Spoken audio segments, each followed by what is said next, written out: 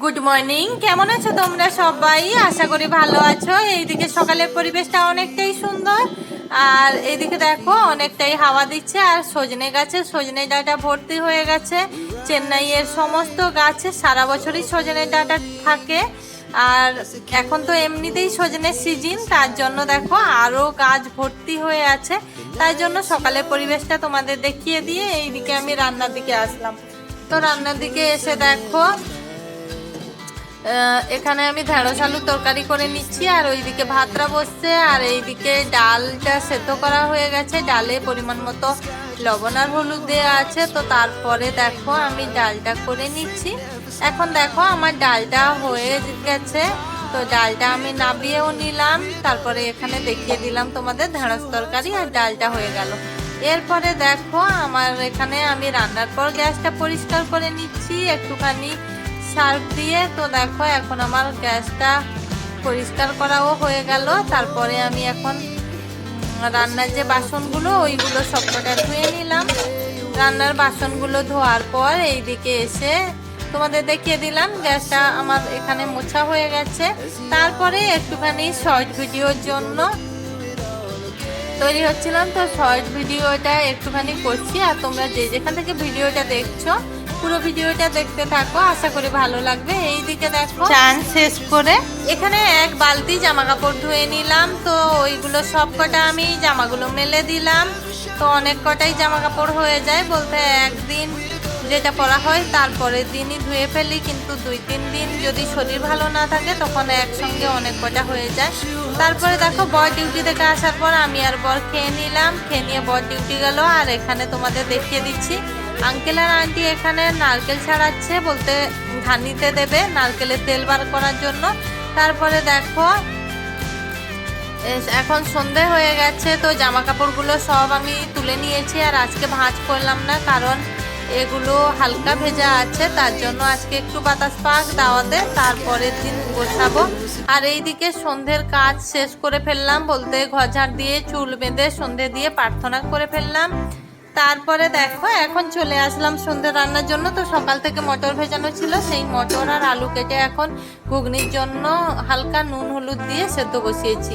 আর এইদিকে দেখো চলে আসলাম এখানে ময়দা পরিমাণ মতো নিয়ে অল্প একটু চিনি দিলাম, আর অল্প একটু লবণও দিয়ে দিচ্ছি, কারণ এটা লুচি তৈরির জন্য ডো তৈরি করব। তারপরে দেখো চিনি লবণ দেওয়ার পর এইদিকে আমি দিয়ে দিচ্ছি সাদা তেল 2 চামচের মতো। তো সাদা তেলটা দেওয়ার পর আমি ময়দাটা ভালোভাবে মেখে নেব। তো এইদিকে দেখো ময়দাটা আমি ভালোভাবে মেখে নিচ্ছি পরিমাণ মতো জল দিয়ে। তো জলটা অল্প অল্প করেই দেব, কারণ একসঙ্গে বেশি দিলে আবার নরম হয়ে যাওয়ার সম্ভাবনা থাকে। আর এইদিকে যতটা ময়দা ছিল আমার নেওয়া হয়ে গেছে, আর ময়দা নেই, ওই জন্য একটু সাবধানে করতে হবে। তারপরে দেখো আমি জল দিয়ে ময়দাটা মেখে নিচ্ছি। তো এখন দেখো মাখা হয়ে গেল আমার। তো ডোটা এখন তৈরি হয়ে গেছে। তো ডোটা এখন আমি কিছুটা সময় 5-10 মিনিটের জন্য ঢাকিয়ে রেখে দেব। তো এটা এখন ঢাকা দিয়ে থাক, ওইদিকে যাই চলো ঘুগনিটার কি অবস্থা। এখন দেখলে যে মটর আলুটা সেদ্ধ হয়ে গেছে। তো মটর আলুটা ওইদিকে সেদ্ধ হয়েছে, আর এইদিকে ঘুগনির জন্য আমি মশলা করে নিয়েছি।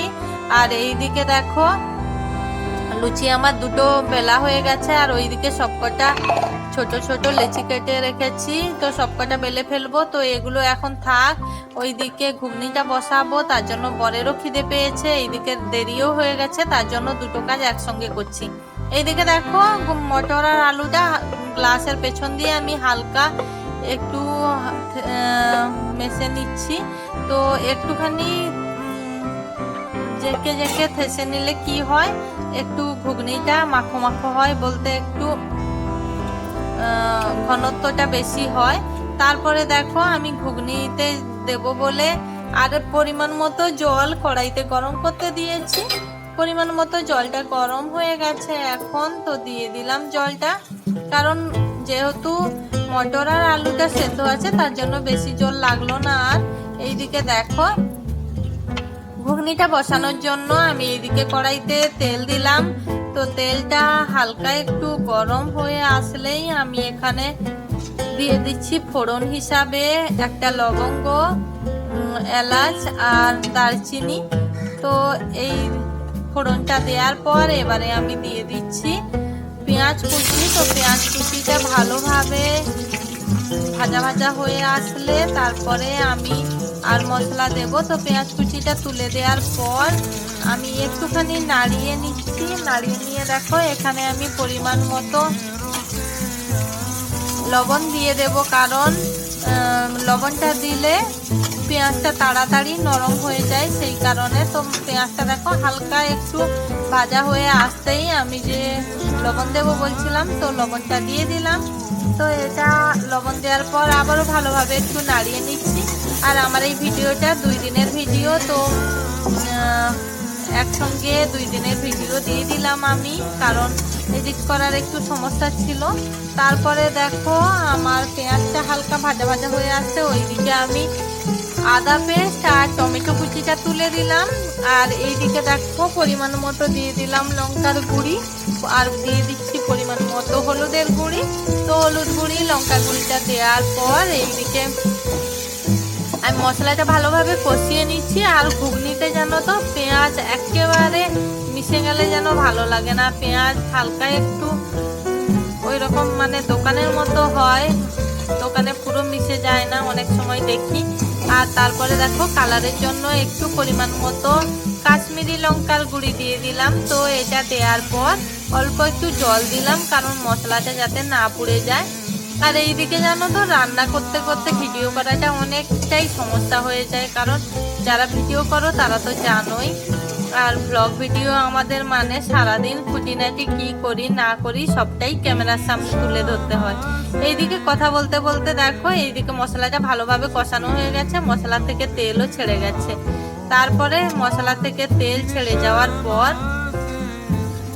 এইদিকে আবার দিয়ে দিচ্ছি ওই যে সেদ্ধ করে রাখা ছিল মটর আর আলুটা, তো ওটাই দিয়ে দিলাম, ওতে জল সহজে আছে ওটাই দিয়ে দিলাম। তারপরে দেখো এখনই দেখছো কালারটা কতটা সুন্দর এসছে। তো আমি এটা 5-10 মিনিটের জন্য মিডিয়াম আঁচে ঢাকিয়ে রেখে দেব। তো এখন এটা ঢাকা দিয়ে রাখি। ওইদিকে আমার লেচিগুলো অফ ক্যামেরায় বেলা হয়ে গেছে, তোমাদের আমি দেখিয়ে দিচ্ছি। তো ঘুগনিটা ঢাকিয়ে 5-10 মিনিট পর আমি নামিয়ে ফেললাম। তারপরে দেখো এখানে আমি কড়াইতে সাদা তেল দিয়েছি, তেলটা গরম হতেই এইদিকে আমি লুচিগুলো তুলে দিলাম। আর এইদিকে আমার সবকটা লুচি বেলা হয়ে গেছে, তো তোমাদের ওটা দেখানো হয়নি। আর এইদিকে দেখো লুচিগুলো অনেকটাই ফোলা ফোলা হচ্ছে। এইদিকে লুচিগুলো আমি একটা একটা করে ভেজে নিচ্ছি, কারণ কড়াইতে খুব বেশি তেল যে দিয়েছি সেরকম না, একটা একটা ভাজার মতোই দিলাম। 2টো করে দিলেও হয়, আসলে একটু সমস্যা হয়, তেল বেশি থাকলে কোনো সমস্যা নেই। তারপরে